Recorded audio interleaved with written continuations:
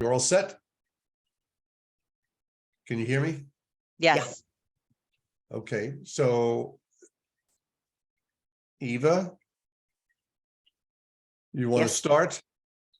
Hi, I'm Dr. Eva Ridfo. It's nice to be here with you today at our next episode of Living SOS. We're very excited to have a new guest with us here today. And Josselyne, can you start by introducing yourself to our audience? Sure. My name is Josselyne Herman Saccio, and I've been leading programs, transformative programs, and coaching people for more than 30 years.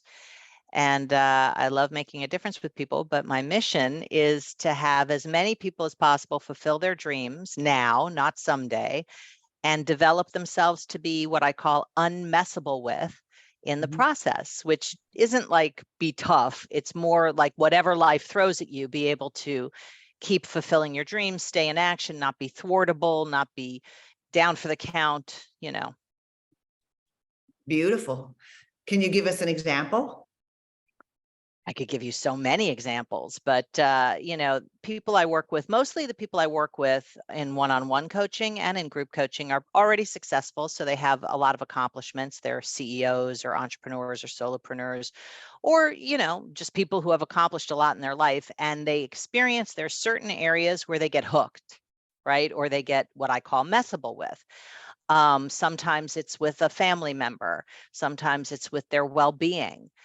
Sometimes it's at work. You know, they're great at getting stuff done, but mostly they're in a reaction mode at work, dealing with what life is throwing at them versus creating what they're committed to creating. So I work with them to shift them from reaction mode to creation mode and build that muscle so that they can ongoingly, moment to moment, create their life versus just deal with whatever life is showing up as.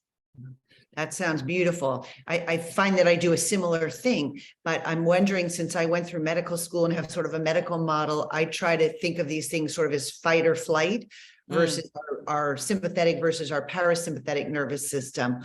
And one, you know, you don't want creativity when you're in a disaster. You want to just run like heck. And then we have to activate the calm part of our nervous system. That's where our creativity comes from. But I'm guessing you have a very different paradigm for which to see that.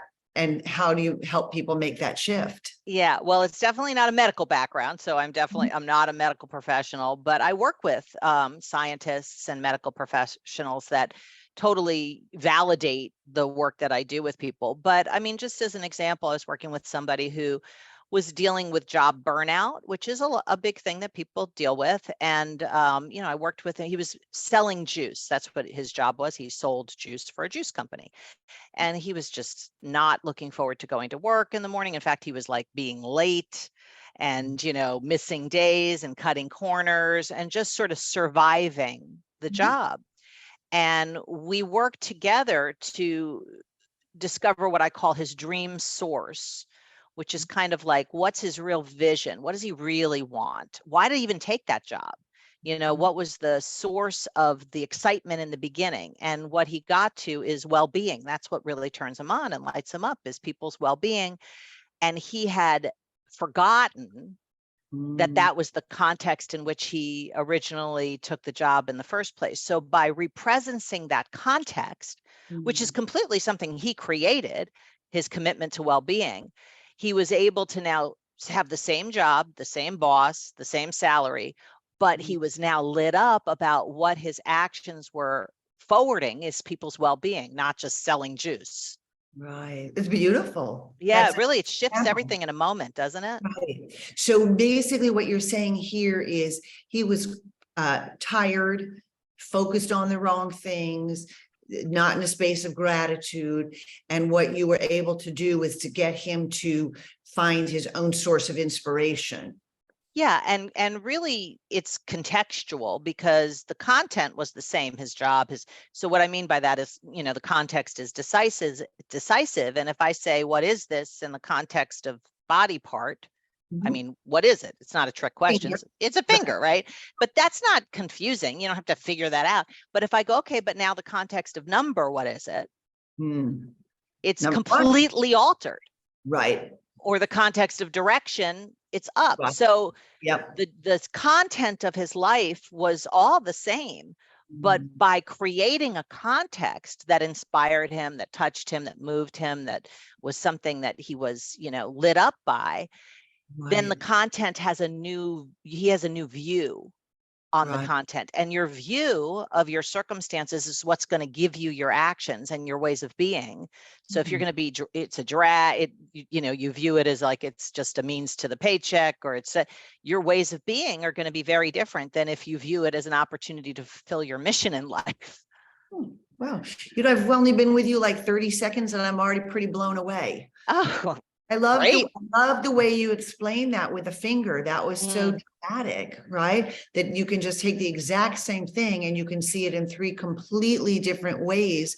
And depending on which way you see it, the way you go is going to be totally different. And I think totally. we get that, our brains are designed to be lazy. So I think Yeah. we see things the way we're used to seeing them. And we're living in a pandemic. Everyone's talking about burnout, the great resignation. What is it called? Quiet quitting. Mm, We put stuff, I think, in the context of, gee, I'm living in really hard times, I must feel that same way. And then you gave him a new context, which is you're here to help people.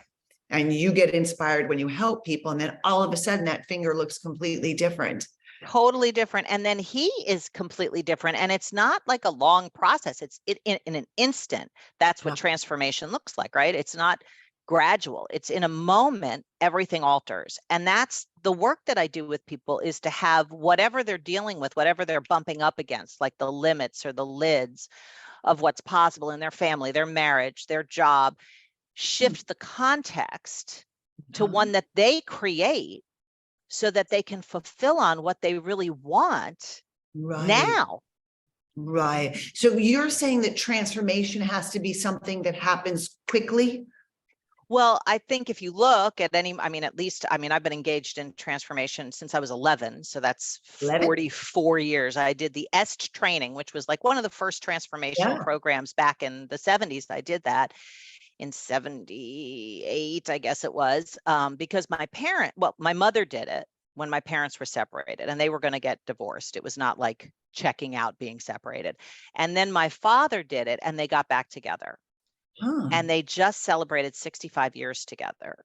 I know, Wow. insane, right? And that's the power of transformative learning. The kind of learning you and I do in school, which we all went to whatever level of school we went to, is more of like informative learning, not transformative learning. It's built on, building your expertise in a certain area, and it's valuable and critical in, obviously as a doctor, I mean, you need to have that information. Otherwise, how can you do your job? But transformation is more of a contextual shift that in a moment, everything alters in terms of your ways of being and acting, and you have access to a whole new world in that moment. It's not a matter of getting information and understanding it like math or science, or it's much more just like we're having this conversation and you with the finger, that was like in a second, Right. something altered in your view of life, not in Right. your life. Right. But in the way you view things, and then that allows your life to unfold in a very different direction. Exactly. I can say better than that. It's beautiful. Amazing. So you went at 11. What happened to you at 11? Well, it's so funny because, I'm doing a program right now called the Foundation for Being Unmessable With, which is sort of like a test. I'm just testing it out with like 80 people to create like the next version of this program. And there's a woman in the program named Hillary Adler. Okay. When I was 10 years old, she went to school with me and I used to play tennis after school. And she came and started playing tennis at the same tennis school that I was at. And she was like the best tennis player I had ever seen at 10. At 10 years old, I would look at her and I just said, I am never going to be as athletic as Hillary Adler. So I quit tennis. That was before I did transformative work, right? So that's a before. Then I do. Because that's context, right? When you put your tennis playing in the context of Hillary, then you had a transformation, not necessarily for the good, but you're Yeah, like, exactly. More like a lid. got put Right. on, right? Yeah. So then that was like what it looked like to be messable with. That was a messable with moment. So then I do the S training, and whatever, I can't even explain what happened. I don't remember when I was 11 what happened, but I came out of there and I started playing basketball. And I was like really into basketball. I would play every morning, every afternoon. And I tried out for the basketball team and I didn't make it on. And instead of quitting, which is what I would have done before, I Right. said, okay, well, now what do I need to do to fulfill my dream to be a basketball player? And I started looking for other teams. And my mother and I found a team on the weekends that was a boys team, and I got on that team. And then I still kept, so I kept being in action on what I wanted versus getting stopped by some decision or circumstance or, view that was limiting. So that's an example of what happened when I was 11. But I mean, I have 100 examples of moments of transformation. I thought, you can't be a singer. I wanted to be a singer since I was 4 years old. I was like, I had this whole reality. You can't do your art as your career. When I was then 20 and I did a transformative workshop, I saw that was a decision I made. It wasn't the truth. And I got a record deal within 3 months. After Wow. that. I know. So stuff happens, not just seeing something different. Like you said, your life starts to unfold differently because you're in action on things that you weren't. Right, right. It's like, everyone speaks a different language around this, right? And some people would say your thoughts create your reality. Mm. But I think what you were saying is if you keep the control with inside of you and you know what you want, then you don't get so deterred by a finger going this way, that way, or the other way, because you're staying true to your own intention. Yeah. And I would agree with, your thoughts or your view creates how you see reality. I say your actions create your reality. Yeah. But Yeah. your view creates your actions. So they're all related. Exactly. Right. If you get discouraged, then you're not going to act in a way to create that reality. So to me, that's why the thoughts are the most important, because your thoughts are going to determine your actions. Yeah. And if you have that sense of control and empowerment and you stay true to your vision, then your actions can line up with that. And then your reality can fall into place. But the action has to be that intermediary. You're never without action, nothing happens. Correct.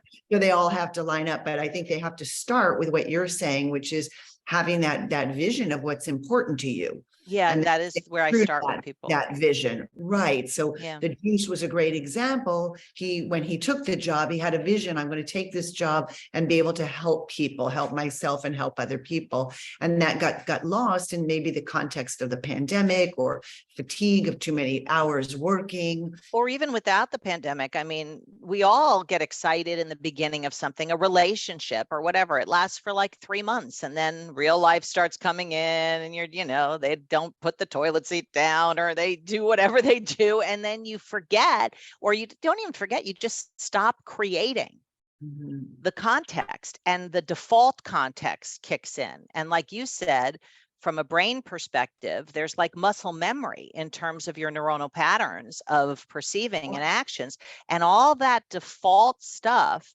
which is grooved in, takes nothing. It takes nothing to go down that road. It takes being conscious and disciplined and creating from your vision to be able to stay in that other domain or world. Right. And I was trained in evolutionary psychology, and, our brains were designed when food and energy was extremely scarce. So our brains are designed to always save energy. And so an old pathway is going to take a lot less energy than a new pathway. So our brain is always going to want to go the old way. And it's only when we become, like you said, super aware that I'm going to have to create a change here, it's going to take more energy, that we're going to be able to make those kind of changes. Yeah, that's really makes so much sense. I mean, I'm not trained in that, but I could tell you, if I see two pathways and one has a road on it with pavement and one is like all these trees that I have to cut down and pave a road, I'll probably take the road that's already there. Yeah. And that was a good example, because that's your brain. So if your brain already has the pathways, it's like the road, and the other one could be carved, but it's definitely going to take work. So that was a really good analogy you just came up with. There And you that's what go. happens to our teenagers, you know, that's when they carve a lot of pathways, and that's why those years are so important. And after our teenage years, it's much easier to stay on the same pathway. Up to we're a teen, we don't have any roads carved. We're just all that sort of messy jumble that you were talking about. So we can learn French or Spanish or Russian, or it doesn't matter. But once we've learned one of those, then it becomes much harder to take that other pathway. And Makes that's when sense, people yeah. need someone like you to help them through it. It's not going to come naturally or intuitively. You need somebody outside of your system to say, wait a minute, it's okay. There is another pathway, and I'm going to help you go down it. Because when we do things together, we do feel more supported, and it makes it easier to create those changes. Yeah, I definitely am very committed to the whole coaching structure. I have coaches in the areas of life where you want to have excellence or Right. mastery or Yeah. even workability. Getting a coach works. It just Yeah. works because they can see what you can't see. Yeah. You And know? I like what you said, it should be in every area. My pet peeve is, why in the world are we giving children without instruction? Why don't we all have to have, you know, relationships coaches, parent coaches, all the things that we really don't know how to do in our complicated world? And it would be so nice if people could remove some of the stigma for asking for help and just be aware that, you know, when you have help, you can do almost anything better. I mean, I just got a coach for my, finances, and he's teaching me how to trade stocks and make residual income. I mean, it's a world I had no idea about. I didn't even know it existed. And Yeah. I'm so excited about it. It's like a whole new endeavor. Or, I have a French teacher because I want to live in France at some point. So, but it's just getting your brain working. It's beautiful. So your transformative moment was at 11. Have you had others since then, I imagine? Definitely. Well, the one that I shared with you about, seeing that the decision that I couldn't do my art as my career, which really happened when I was about 5 years old. And my dad, who's a painter, he stopped painting, and I noticed at 5, and I asked him, why'd you stop painting? And he said, well, you can't do your art as your career, which it's not that he said that, because he said a lot of things to me that I didn't listen to. But in that moment, I said to myself, you can't do your art as your career. So then that's it. That was the lid. Like, I'll never be as athletic as Hillary Adler, right? But now, oh, you don't do your art as your career. So now I was like, okay, I guess I'll be a business person, or I'll be a lawyer, or I'll whatever. So I started on that pathway. But my heart was to be a singer. I just realized, well, you can't do that. That's no problem. So I adapted, which most people do. When something doesn't look possible, why would you pursue it? Just silly. So then when I was in one of those programs, I saw that for the decision it was, not for the truth. And that's a lot of what happens, I think, in transformative work, is you see things that you've been relating to as if they were true or solid, and they become malleable. Right. Or if they were a fact when they're not, they are not really a fact. Not at all. I mean, I had a moment, for like 10 years, I've been married for almost 30 years, and I have 3 kids. And, I had this war with my father-in-law, and I get along with everybody. I mean, my whole life is about peace on the planet, but except for my father-in-law, because, it was like, he was just this really difficult person. This is how he occurred to me. This is my view of him, and everybody agreed. So I was really validated in how horrible he was. And then there were all these things that happened where he like yelled at my daughter and forget it. You come after my kids, and unmessable with becomes don't mess with me, right? The mama bear comes out. And I at some point was just like, that's it. I'm done with him because he's so horrible. And everybody was like backing me on it. But then I was in one of these workshops. And somebody was sharing, so I don't even know what it was, but people share, and then you see things about your life. You have insights, right? And I started to see how much I love my life. I mean, I really do love my life. I've created the life of my dreams, and I get to make other people's dreams come true. And I have these amazing children, and all of it is because of my husband, who's this gift that I ended up with. Transformation and my husband, right? And so I'm realizing how much I love my husband, and he is the source of my great life, right? There I am. And then all of a sudden, it occurs to me that his father is his father. So if Michael is the source of my great life, you could say, by the laws of syllogism, that Tommy, my father-in-law, was the source of my great life. Not And I much had been stretch. not even a little stretch, right? But a completely different view. Paradigm context. Content, exactly. So Mhm. there I am realizing that I've been this stingy, judgmental daughter-in-law for like a decade. And I'm in tears at the cost, not only to me or to Michael, and to Tommy, but to my kids. They don't even have a relationship with him. We barely even speak to him at this point, right? So I call him up. And I'm still afraid because the old patterns are right there about he's mean and he's, whatever. And he answers the phone. He goes, hello. Because he sounds like this ogre to me in my story about him. Right. So, and I'm like afraid, I'm like shaking, like as if there's a bullet that's going to come back on the other side of the phone because all that old default stuff is there. I go, hi, Tommy, it's Joss. He goes, who? And right away, I'm like, see, he doesn't even care. But I was like, okay, nope. I'm going to create something else. And I said, it's your daughter-in-law, Josselyne. He goes, what happened? What's the matter? Because I never call him. So maybe something happened to one of the kids. Sure. And I say, everybody's fine. I said, but I'm calling to apologize for something. Hmm. He goes, I'm listening. And I said, I want to apologize for being a nasty, stingy, judgmental daughter-in-law for the last 10 years. And I want you to know it ends now. And that you can count on me to be a loving and appreciative daughter-in-law no matter what. I'm going to cry. I mean, I was like in tears on the phone.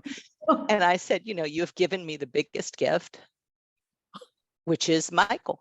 And I've been dishonoring you for a decade. And it's over. Silence, right?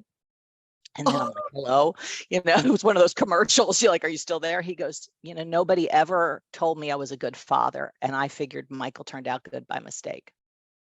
Oh my God. And I said, you're an amazing father because Michael's the best person I've ever met. And you trained him. You got him sober. My husband's 31 years sober. He said he brought him to rehab. You gave him a career. He adopted him. My husband's adopted. I was adopted also. I said, so you are literally the source of how great Michael is. And then we just started having this conversation. And he was telling me about how when he moved down to North Carolina, he felt like he really failed as a father because Michael's brother is still in and out of, prison and things, bad stuff with drugs. So he goes, I always felt like I kind of failed as a father. So when I'm down here, I work with local teenagers. And if they get A's on their report cards, I take them up and teach them how to fly my airplane. And I'm literally going, you have an airplane? Like, I don't even know this person. I was so busy hating him. I didn't even know him. And by the end of the conversation, I said, if you could have anything, what would you want? And he said, I would want a relationship with my son. I don't know why he doesn't call me. This is my husband. I know why he doesn't call him. He's protecting me. I said, done. And we, over the following years, became like so close, IMing each other on, like it was just like beautiful, and about 6-7 years ago, he died in a plane crash. But I'll tell you something, in the moment of finding out after the shock, of course, it was clear we were complete. Like he knew how much we loved him. He knew how much we loved him. We knew how much he loved us. The kids had a great relationship with him. And that never would have happened if I hadn't had that one moment of transformation. It's magic. Transformation is magic. Yeah, that happens to be one of the most powerful stories that I've ever heard. You literally got me crying. Well, it was a pretty powerful moment in my life, and it altered the future. And it only takes like 3 seconds of courage to alter the future, because I was afraid to call him. I was like, well, I'll just have this different view now. But if I hadn't gotten on the phone with him and apologized, like coughed up, where I had been creepy for 10 years and created a whole new place for us to come from, we never would have had that relationship ever. Incredible. Yeah, it was really great. Really one of the most valuable things that ever happened. That is extraordinary. Unbelievable story. And how did that shift things between you and Michael? Well, I called him and I said, I shared everything I shared with you and a little bit more. I was a little bit more embellished. I did the Cliff Note version for you, but Thank God, I don't think I could have taken much more. I know, really, it actually got pretty well. In any case, with his, wife dying in my arms. I mean, it was a whole thing. But in any case, I called Michael and I shared all that. He goes, "Okay, do not get me involved in your breakthroughs," he said to me, because he was like really at odds with his dad, not just because of me, because of stuff that had happened in his own life with him. And I said, well, you're going to have to call him now. I said, and you're going to have to get it complete because we're creating a new future and you're part of that future. So whatever you need to have that happen. It took about a week for him to get on board because he had to deal with whatever his stuff was. And he did. And he ended up speaking to his dad every day. Every day after work, he would call his dad. And his father really was his mentor in work. You know, they were both in the film business. So when, and I had never thought about this, but when Michael first met me and he did transformative work, he stopped working for his dad. That was one of the breakthroughs he got, is to be his own boss. And I could see how Tommy would view that as like, I took him away from him, and that would have been something that he was upset about. I never saw that before we started to create our relationship together. But he was a remarkable man, and Michael had a great relationship with him, and was complete when he passed. It was sad, but it was complete. It was clean. Right. And you were so grateful that you got to that spot, because had he had Totally. passed earlier, you never would have been able to make that transformation. Never. That- I would have been right about how difficult he was, because everybody said that. Right. So why do you think he had so many people creating the same story about him? Well, he would do some pretty messed up stuff, but inside of being a loving and appreciative daughter-in-law, he still did similar stuff. It just didn't show up the same way to me. Like he would go, blah, blah, blah, blah, blah, whatever he would say. And instead of being afraid of him, I would just go, you're so adorable. And then he'd laugh, you know, because that's just how he was. He just like barked at people. That's just his expression. And if you took it personally and started to like get like this about it, you'd be suppressed. But if you just were like, oh, you're so silly, he softened up, laughed. He was amazing. But I never would have seen that in my whole story about the ogre that he was. Yeah, you became unmessable. Yeah, exactly. Right. So no matter what he did, it didn't matter, because if you stayed unmessable, you could stay in the space that you wanted to create, which is, I love my father-in-law. Yeah, being loving and appreciative was my word in the matter. That's this world of word, the unpaved path, right? And what enables people to be unmessable with is if they have power with what they created, not their defaults. Right. So word, the world of word and creation and vision and all of that, I mean, that's the most powerful thing. Ultimately, you're unmessable with if your word is unmessable with. And so in that case, you changed the words that you were attaching to him. Yeah. And in that moment, the transformation occurred, and then you were able to act from a different space consistently, regardless of how he acted. Yeah, and it wasn't even words about him. It wasn't like, oh, Tommy's such a nice guy, and I'm putting icing on mud and trying to look at it. No, it's I am going to be a loving and appreciative daughter-in-law. So now the lens through which he's coming through is love and appreciation, not let me protect myself from this evil meanie. Right. So you were able to be loving and appreciative even when he was acting in the way that might be considered disruptive. Yes, exactly. You Exactly. stayed true to your vision, just like the juice guy who wanted to That's sell, right. make people well, Exactly. and not get distracted by all the noise. Totally. Honestly, I feel like I could just cry now and stop. It's so powerful, but it's so accessible, and people don't realize that they can create that. And that's what I'm so excited about. You know, I completed my work at Landmark after 30 years, and I gave them a year's notice, turned everything over with honor in April. So I just have begun this new world of the art of being unmessable with, because I feel like everybody deserves to have access to that ability, what you're distinguishing right now. Because people get messed with about nonsense, and sometimes big things, but mostly nonsense. Somebody looks at you funny and you're gone. You know, it's just unnecessary. People can create their life. They can create who they are in the face of any circumstance. It's all just, do you have that muscle? And it's developable. But we're not trained to have that muscle, and that is where the problem lies. And you have to, it's interesting because you say you work with people who are already successful. And I think that makes sense, because you have to come with a certain amount of vulnerability to say, gee, I really am not trained in this, and I really don't really understand the world and how to create things. And only successful people, I think, can get to that spot and then access the help that you have. So how can we have two things? Number one, what is your message, and how do we have more people access your message who can't afford to come to you, who maybe don't have the strength, don't have the financial means right now? How can they access what you're talking about? Well, I have a newsletter that's free. So each time it gives you steps to fulfill on things and practice being unmessable with. I also have a 5-day program that I designed that's free. So you sign up for it and you get an email each day. Quite honestly, I think it's a little too much work for 5 days. So if somebody were to do it, I would recommend getting all the emails and doing them at your own pace, because there's a lot of work in between each day. But it's, allows you to discover what I call your dream source, like I did with that guy. So it's a 5-day program or a 5-week program, whatever you want, and it's free.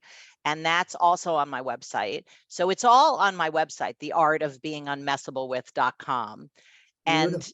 yeah, and I mean, I'm doing a free workshop on December 6th for people who want to have an unmessable with holiday season, because that can be a very messable with time period, right? I mean, I do a lot of things for free because I want this to be for people. I mean, my one-on-one coaching isn't even that expensive, but it's the priciest thing I do. And then my programs are, like maybe 6-7 weeks for $1,000. They're not totally cost prohibitive, but for people that is cost prohibitive for, I have all that free stuff. That's beautiful, right? And I do think some of this is good to do on your own, right? Because you are creating your own muscles. And if you can't afford or access a coach, I don't think that should be a barrier to entry. No, Because definitely not. you are trying to change your own brain. And yes, it's helpful to have a guide. But if you got that down on paper for people, then you're giving a huge gift. And from my brief encounter with you, I would encourage everybody to go online and to try it and to figure out how to be unmessable. And I think if we can achieve that, we could live in a much better world. Oh, totally. And it's not just on paper. I mean, I do videos on each one of those days in that 5-day program. So it's not interactive, live interactive, but you'll get a real sense of, just like you and I talking, Right. people will get access to creating their dream source and practicing coming from that, which is my commitment. It's beautiful. Yeah. How is this showing up in your children? Oh my God, they're the best. They're so funny. Well, my oldest daughter, who's 26 and just got married, she's in the course that I'm doing now, this foundation for being unmessable with. And what that program's designed to do is drive up everything that messes with you so that you can see it. Because if you can't see it, you're in it, right? So she is seeing all these things that happen either with her husband in this new marriage, they just got married in June, that send her south. And she's taking them on and creating a new word in the matter. And she saw the same thing at work. And now actually out of the program, she's decided to leave her job in January and move on to creating her dream, not just going through life to make a paycheck, because she got, she ended up in a job over the pandemic that she liked at first, but at the same time, it was really to pay the bills. And now she's at a different stage in her life. And then my youngest daughter is unbelievable. She actually was born male and has transitioned. She's 17 in December, and the whole world of being unmessable with and her word is what has gotten her through this in such a beautiful way. And she's, a role model to other kids, and she's gotten herself sober, in the last 2 years, and, like all these things, all from her word. And then my son, who's 20, Wait, same before you thing. leave her, could you give us a specific example? Because your specific with your father-in-law was so powerful. Yeah. Well, she at 10 came out as gay when she was a boy, right? Totally, like, very young to come out, right? And she said to me, I'm nervous to tell you this, or I don't know how to say he, because she's so she now for me, but she goes, I don't know how to tell you this, but I'm gay. I said, okay, so. And she said, well, aren't you going to say anything? And I go, well, I don't have anything to say. It doesn't matter to me who you sleep with, but you're 10, don't sleep with anybody. I was like, but if sleeping with a cantaloupe makes you happy, fine, And she said, I watch all these videos on the internet about conversion therapy and people who like disown their kids. And she said, I'm so happy that I am in this family and that you're my mother. Right. So, which, of course, I'm weeping. Right. And it was right before middle school. So she had to buy clothes for middle school. So she wanted to get this sweatshirt. She showed me online. She goes, says, sorry, girls, I'm gay. And I'm like trying to pretend I'm not nervous, but I'm thinking to myself, she's going to get beaten up. Like, this is not a good thing for her to get this sweatshirt, right? And I'm like, well, why do you want that sweatshirt? Trying to be all diplomatic. And she says to me, courage. That's my dream source. Wow. Because I've been talking about dream sources since before she was born. So Amazing. isn't that amazing? At 10 years old, makes me cry. My kids are so inspiring to me, who they are and how much power and muscle they have with their word is Right. kind of amazing. So what happened? She got the sweatshirt. Nothing happened. She just wore the sweatshirt for, whatever. But then during the pandemic, she ended up dealing with some substance stuff and she had to go to rehab. And then she went to a therapeutic boarding school. And it was there she decided to transition. And she called me up and she goes, I'm a little nervous to tell you something, but I want to let you know I identify as female and I prefer that you call me Skylar now instead of my dead name, which I didn't know any of this stuff. Right. So I'm like learning about this as she's transitioning. And I was like, okay. And she goes, that's it? I go, yeah. She goes, I should have known. You're my mom, because I don't have anything about any of that stuff. So I just said, great, what do you need? You need to see an endocrinologist. Okay, let's get you on the hormones, whatever. So she came back from that school and it was like before she left Manhattan, she was failing everything. I mean, she was not doing well, especially because of the substance stuff, right? So when she came back, she's been honor roll ever since because she said so. She said, I'm going to be honor roll. I'm going to, get a job. She got a job. She was making all sorts of money this summer so that she could buy this trip to Alabama. I was like, Alabama, you're going to get beaten up. Like I'm still like my brain pattern. I'm like, don't go to Alabama, but in any case, she wanted to go with her friend, but she just creates life. Now she's got an appointment next week with the top modeling agency in the world, really. And she's going to have an appointment at 16 years old. Totally creating and she says to me, it's my word, Mom. It's my word. What does that mean? It's like if she says it, it's going to happen because she's going to take the actions necessary to fulfill it. So if she says she's going to take out the garbage, she's going to take out the garbage. And if she doesn't, I'll say, you said. She's, oh, you're right. Okay. And then she'll do it because she relates to her word with honor. And that's what it takes to be unmessable with, because you create something like being a loving and appreciative daughter-in-law in word. It's not like evidence. I mean, I've been a creepy daughter-in-law. So it's all just word, nothing to stand on. So you got to stand in your word. And that takes muscle. And that's what I train people in all of my programs, whether they're free, my newsletter, anything, all of it is designed to give you muscle and power and practices to develop muscle and power with what you're creating in your word. But it's also accessing your heart to know what it is you want to create, right? So with your daughter, it was very beautiful that she knew that courage is like her superpower. Yeah. And so then she can use her words to support her courage and put it on her t-shirt or wherever. Yes, I know, which I still, every time she wore it, I was like, but I got to have compassion for my reactions. I am a human being. Absolutely. I had to take a page from her book of courage to stand in that every time she wore it, or every time she goes out looking gorgeous, because she is gorgeous. And I get nervous because of hate crimes and all that kind of stuff. I mean, I have to step out of that default world every day.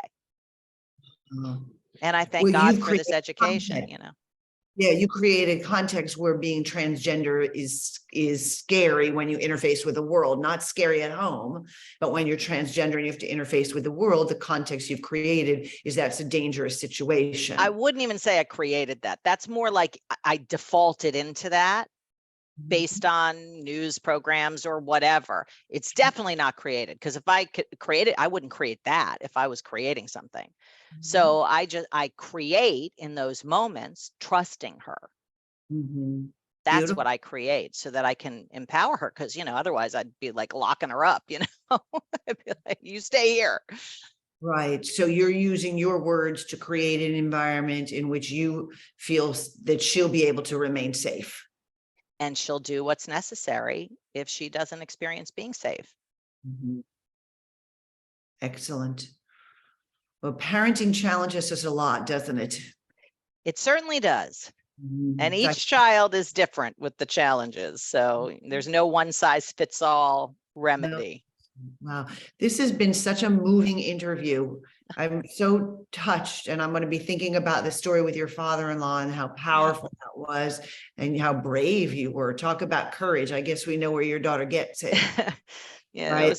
I'm so happy to have had the opportunity to have this conversation with you. It moved me as well. Yeah, to think about that moment and everything that unfolded afterwards, especially since his life was much shorter than you had anticipated when you made that call. Yes. Yeah. Call And, for timely. listen, every day my mother's 91. She has dementia. My father's 89. He's her sole caregiver. And every day we create, Right. how we're going to experience my mom right now. Like I could easily be irritated, frustrated by how many times she asks me, where's your father? Da, da, da. But I just create that every moment is right now with her. And I don't say, well, you already asked me that 5 times. No, I just answer her question right now and right now and right now. And I haven't had a fight with my mother in decades. Because I said, I give up the right to be right with my mother. I just give it up. Mm-hmm. And that's helped you. Yeah. Right. But I think a lot of people don't know that. I think a lot of people think being right is the most important. They do. And that's where I think a lot of people stumble because they get stuck trying to be right. And your story again is powerful because if we could give up being right, we can stay in relationship. And oftentimes that's so much more valuable. Yeah, well, just turn on the news. Being right is the coin of the realm, isn't it? But it's a sucker's prize. Yeah. Because it costs you your peace of mind and your freedom and your happiness and your relationships and your intimacy. I mean, it's just not worth it. Yeah. But it's like, I need to be right. It's a drug. It's an addiction for people. Yeah. Yeah. And also I think politics is a spectator sport, that keeps us looped in, right? Who's going to win? I think that keeps us looped in and watching. And obviously we're all watching right now. Yes. But if you can create a different relationship to the news, then it doesn't have to be so distressing.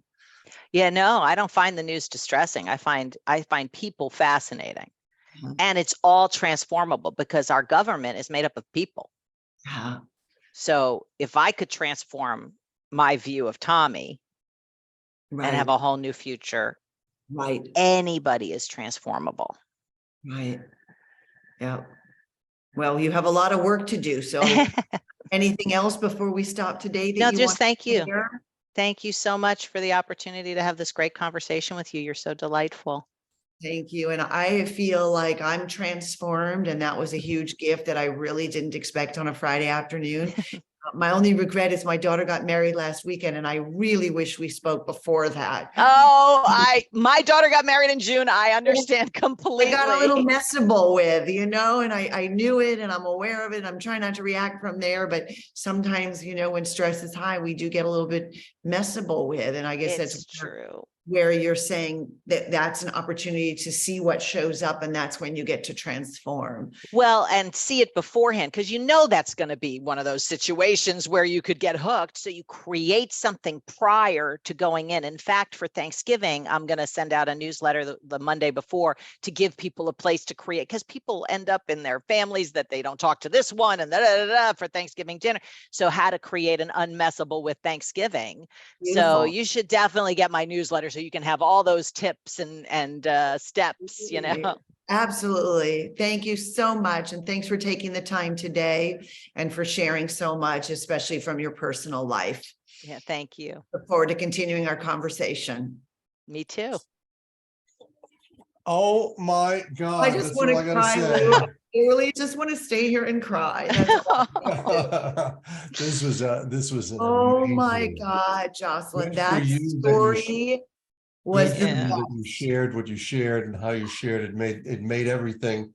I can't imagine people watching this and not getting an enormous value from it. So I certainly hope I so. want That's the intention, right? yeah, absolutely. So thank you so much for doing this, Jocelyn. It's just, Yeah, I well, think first of all, I'll do anything for you, Lou, but thank you for the I opportunity. got you. You know that I but love you so what you much. just Yes. said now is very beautiful too, that you came to this interview with the intention to help people transform. Yes. And you must feel so good because you Oh. met your intention despite, you know, a root canal would make most people quite messable with. Yes, it's true. Well, actually, as we've done the interview, the numbness went away. So I was just at first like, now I'm totally fine. I was like, oh, I can have a cup of coffee after this. That was the worst part. I couldn't have coffee all morning. I was like, this is unfair. Nobody told me about this. I never would have gotten out of root canal if I knew I wasn't going to be able to have coffee. No, He could give you IV. That's right. Believe me, I was ready to. Well, you know, there's know- Excedrin. That's how I get my caffeine is from Excedrin. Oh, 60 really? milligrams of Excedrin. Yeah, it works like a Is that right? I never knew Ah. that. That's I next didn't interesting. know time- that either. Yeah, absolutely. Next time you're running around, you just have your little Excedrin. And I like Excedrin. That works for migraines, right? Excedrin migraine?